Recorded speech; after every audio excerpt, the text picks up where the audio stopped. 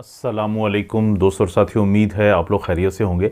अगर आपका भी जो थायराइड है, जो आपकी ये गर्दन में यहाँ पे एक गदूद होता है, वो बीमार है, तो फिर आपको ये वीडियो ज़रूर देखनी चाहिए। आपको कैसे पता चलेगा? दो तरीके हैं, या फिर कुछ अलामात हैं, उनमें से अगर आपके अंदर कोई मौजूद है तो आपको फिर मैं कुछ टेस्ट के नाम बताऊँगा, वो करवा लेने चाहिए और उसके बाद अपने डॉक्टर से मशवरा करना चाहिए। और ये वो एक बीमारी है जो बहुत सारे लोगों को होती है, लेकिन उनका जो है टेस्ट नहीं करवाया जाता, या उनको ये मालूम हो नहीं पाता कि उनकी ये जो अलामात हैं जिनका मैं ज़िक्र करता हूँ, ये क्योंकि इस बीमारी की वजह से होती है कि जिसमें उनका जो थायराइड है वो बीमार होता है। तो ना उनको पता होता है, ना उनके डॉक्टर को पता होता है, और मुख्तलिफ़ चीज़ों की दवाइयाँ मिल रही होती हैं, नहीं मिलती तो इसको ठीक करने वाली दवाई नहीं मिलती। वो कौन सी अलामात हैं? अगर तो आपका जो वज़न है वो बढ़ा हुआ है, आपने बहुत कोशिश की है, लेकिन हर किस्म की कोशिश के बावजूद आपका वज़न कम नहीं होता, अगर होता है तो दोबारा फिर आप वेट जो है आपका या वज़न जो है वो बढ़ जाता है, तो एक तो ये अलामत।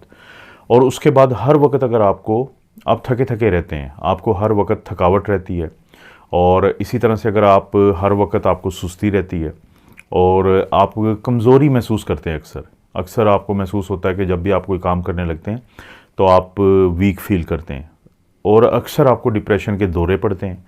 दौरों से मुराद है ये स्पेल्स आते हैं कि आप अक्सर आपको समझ नहीं आती कि ये क्या वजह है कि आप मनफी सोचने लगते हैं, अक्सर चीज़ों को जो नेगेटिव लेने लगते हैं, तो डिप्रेशन इस तरह की सूरत हाल चल रही होती है। या फिर चलते फिरते आपको सांस चढ़ता है और समझ भी नहीं आती कि इसकी क्या वजह हो सकती है। और अक्सर दिनों में, अक्सर औकात अगर आपके जोड़ों और पट्ठों में दर्द रहे तो ये भी एक बड़ी अहम अलामत है। पट्ठों में ही बाज़ लोगों को जो क्रैम्प्स होते हैं, जिसको हम कड़ल कहते हैं, वो पड़ते रहते हैं, तो जिसके लिए वो मुख्तलिफ़ दवाइयाँ लेते हैं, लेकिन वो मसला ठीक होता नहीं है, होता है तो फिर दोबारा हो जाता है। ख़वातीन में अगर जो माहवारी है वो ज़्यादा दिनों के लिए चले, या क्लॉटिंग ज़्यादा हो, या ज़्यादा ब्लड आए, जिसको हम मेनोरेजिया कहते हैं, तो ये भी उस तरफ इशारा करती है कि आपका जो थायराइड जो है उसका मसला हो सकता है। अक्सर जब आपको कब्ज़ रहे, यानी कि हफ्ते में 3 से कम दफ़ा आपको मोशन आए या बड़ा सख्त आए, कॉन्स्टिपेशन रहे, तो ये भी एक अलामत होती है। आपकी स्किन जो है अगर वो ड्राई रहे, आपकी स्किन जो है वो खुरदरी या खुश्क रहे, तो ये भी उस तरफ इशारा करती है। अक्सर लोगों को हफ्ते के अक्सर दिनों में सर में दर्द रहता है बगैर किसी वजह से, ब्लड प्रेशर ठीक होता है, लेकिन उनका सर का दर्द नहीं जा रहा होता। और इसी तरह से एक और अलामत होती है कि बाजू और जो टांगें हैं वो सुन हो जाती हैं या सो जाती हैं। जब आप थोड़ी देर के लिए बैठते हैं किसी ख़ास पोजीशन में, उठने की कोशिश करते हैं, तो आपको लगता है कि आपका बाजू या टांग सुन हो गई है, सो गई है। या फिर ऐसा महसूस होता है जैसे कीड़ियाँ चल रही हैं या सुइयाँ चुभ रही हैं, यानी पिन्स एंड नीडल सेंसेशन इसको हम कहते हैं, ये अलामत है। अगर आपसे सर्दी बर्दाश्त ना हो, यानी इसको अंग्रेज़ी में तो हम कहते हैं कोल्ड इंटॉलरेंस, के सर्दियों में सब ज़्यादा आपको सर्दी लगती है, गर्मियों के दिनों में भी आपको सर्दी लगती है, तो ऐसी सूरत हाल में भी आपका जो थायराइड है वो बीमार हो सकता है।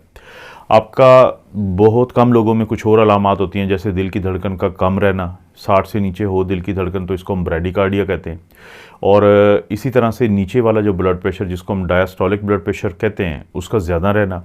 अक्सर जो नाखून हैं वो कमज़ोर होते हैं, पतले होते हैं और टूट फूट जाते हैं, बड़े ब्रिटल होते हैं नेल्स जो हैं। इसी तरह से अगर आपके बाल जो हैं कोर्स हों, पतले हों, थिन हों, तो ये भी एक अलामत होती है।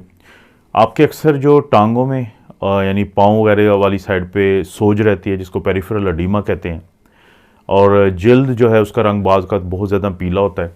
और इसी तरह से बाज़ लोगों को जो फेशियल पफिनेस इसको हम कहते हैं, चेहरे पे सोज रहती है, या जो आंखों पे या आईलिड्स जो हैं वो सूजी रहती हैं।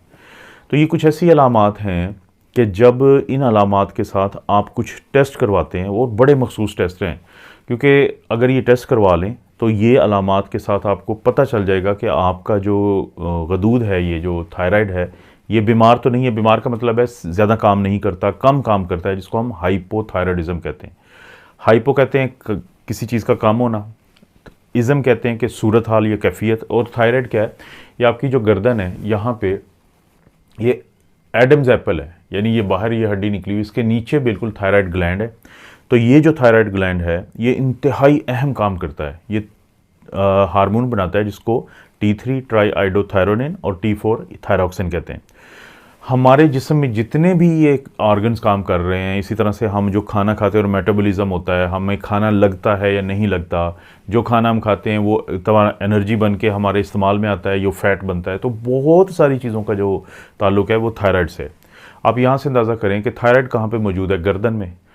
हमारा जो कमांड सेंटर है ब्रेन, और हमारे जिस्म के जो बाकी चीज़ें हैं जैसे कि हमारा दिल है, फेफड़े हैं, गुर्दे हैं, जिगर है, आंतें हैं, बाकी सारा सिस्टम है, तो कमांड सेंटर के साथ जुड़ा होता है गर्दन के ज़रिए। गर्दन में से खून की बड़ी नाली जाती है, गर्दन में आपके सांस लेने की वाला जो ट्रिकिया है, नरखरा है, गर्दन में जो फूड पाइप है यानी जो ईसोफेगस जिसको हम कहते हैं वो, यानी इंतहाई अहम चीज़ें हैं। तो उनके साथ जो इंतहाई अहम चीज़ है वो है थायराइड। तो थायराइड जब कम काम करता है, कम ये हार्मोन बनाता है T3 और T4, तो उस वक्त जो कैफियत पैदा होती है और जिसकी जो अलामात मैंने बताई हैं, तो वो फिर उस कैफियत को हम कहते हैं हाइपोथायरॉयडिज्म। इसका टेस्ट हम क्या करवाते हैं, अक्सर लोग जो गलती करते हैं वो सिर्फ एक सादा सा टेस्ट करवा लेते हैं जिसको हम TSH कहते हैं, यानी थायराइड स्टिमुलेटिंग हार्मोन। जबकि हमें पूरा जो एक पैनल होता है इसका, 5 वो टेस्ट होते हैं, वो लाजमी करवाएं, ताकि आपको आगे बता दूंगा कि किस तरह इनकी अहमियत है। कि आपने TSH करवाएं, आप फ्री T4 यानी कि थायरॉक्सिन कहते हैं T4 को, फ्री T4 करवाएं। ट्राई आइडोथायरोनिन को हम T3 कहते हैं, फ्री T3 करवाएं।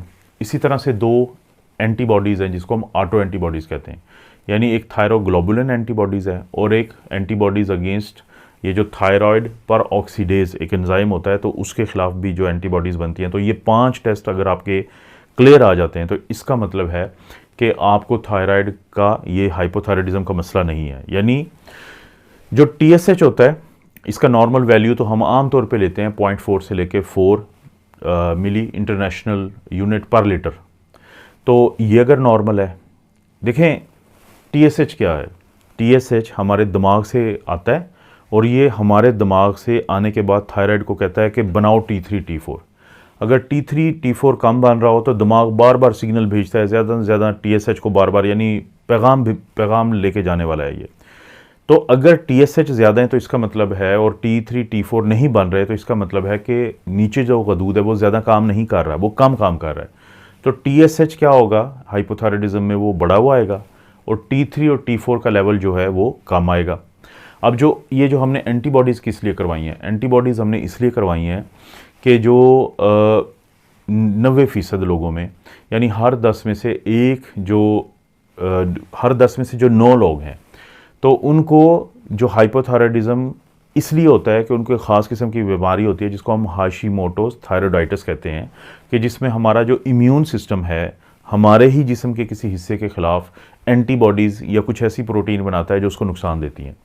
यानी हमारा इम्यून सिस्टम हमारे थायराइड ग्लैंड की प्रोटीन्स होती हैं उनके ख़िलाफ़ जब एंटीबॉडीज़ बनाता है, जिसका मैंने टेस्ट में जिक्र किया है, तो इस कंडीशन को कहते हैं हाशिमोटोस थायराइडाइटिस, हाइपोथायराइडिज्म की तरफ ये लेके जाती है।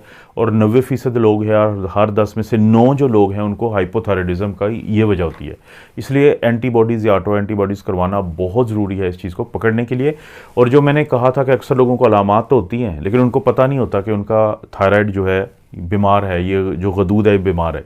इसी तरह से अक्सर लोगों में जो अगर 100 लोगों का टेस्ट करवाते हैं तो उसमें से 12 जो हैं उनमें ये एंटीबॉडीज़ होती हैं जो हमें बता सकती हैं कि अभी आने वाले दिनों में या कुछ अरसे के बाद इस मरीज़ को हाइपोथायराइडिज्म हो सकता है, जो बाद में बहुत ज़्यादा तंग करेगा मुख्तलिफ़ किस्म की बीमारियों में। तो ये इसकी अहमियत है। हमारे जिस्म में जो T4 है, हमारा जो थायराइड का ग्लैंड है वो ज़्यादातर T4 बनाता है, लेकिन T4 जो है ये काम नहीं करता, ये इनएक्टिव शक्ल है। इसको एक एंजाइम होता है डीआयोडीनेज, वो तब्दील करता है T3 में, और T3 जो है वो एक्टिव यानी हालत है इसकी। इसीलिए हम क्या कहते हैं कि आप TSH के साथ साथ अपना T3 और T4 का लेवल भी चेक करवाएं, ताकि असल पता चले कि कैफियत है क्या, कंडीशन है क्या। जो हाइपोथायराइडिज्म है इसका इलाज ज़्यादा मुश्किल नहीं है अगर तरीके से किया जाए।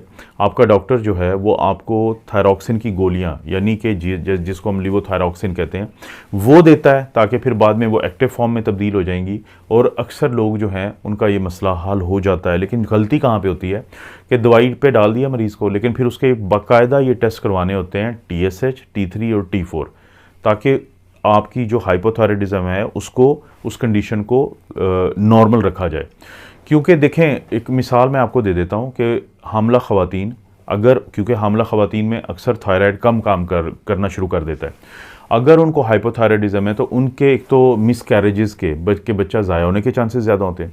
दूसरा जो बच्चा है वो ख़वातीन या वो माएँ जिनको हाइपोथायराइडिज्म होता है प्रेगनेंसी के दौरान, उनका जब बच्चा पैदा होता है तो उसका आईक्यू लेवल नॉर्मल ख़वातीन जिनके अंदर थायराइड का मसला नहीं था तो उनसे उन बच्चों का आईक्यू लेवल कम होता है, कदरे कम होता है।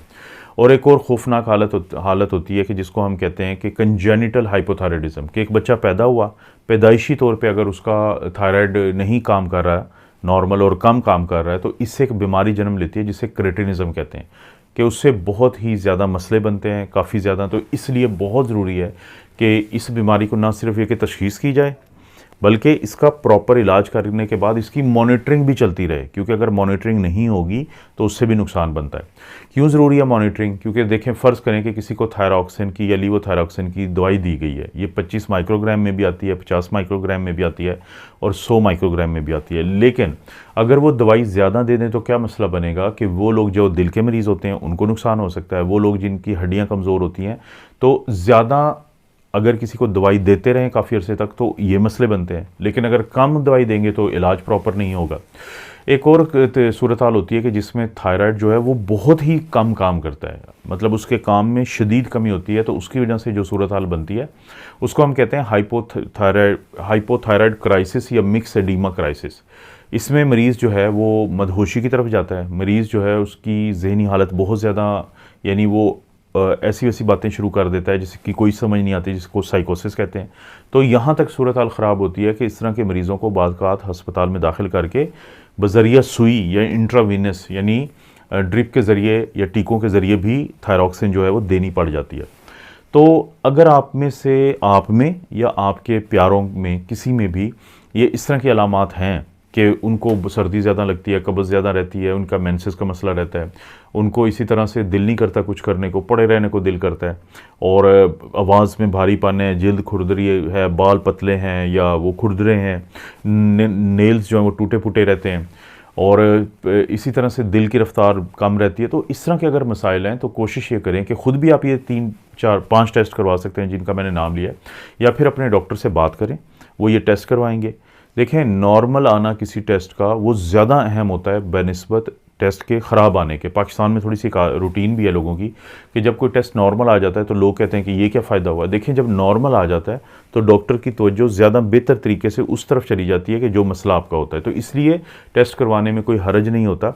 ज़ाहिर है सिर्फ पैसे के अलावा तकरीबन कह लें कि ये ज़रूरी है, क्योंकि महंगे होते हैं टेस्ट, ये पाकिस्तान में सारे टेस्ट महंगे हैं, तो इसलिए लोगों को थोड़ा सा प्रॉब्लम बनता है। आपको पता है दोस्तों, इस चैनल पर इस तरह की वीडियोस मिलती रहती हैं। वीडियो को लाइक करें, चैनल को सब्सक्राइब करें। कोई भी वीडियो अच्छी लगती है तो दोस्तों रिश्तेदारों से शेयर के लिए नीचे ऑप्शन उसको ज़रूर इस्तेमाल करें। आप अपना और अपनी फैमिली का ख्याल रखें। अल्लाह ताला आपको और आपकी फैमिली को हर किस्म की बुराई, बीमारी और आजमाइश से महफूज रखें।